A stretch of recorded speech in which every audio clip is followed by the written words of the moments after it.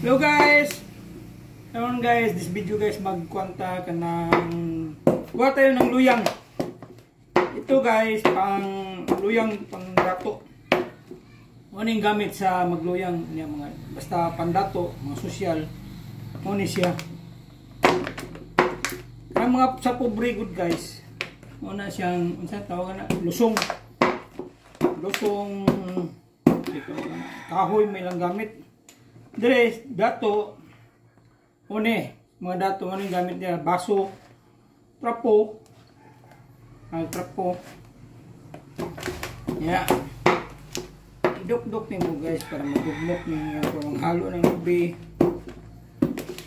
Ni.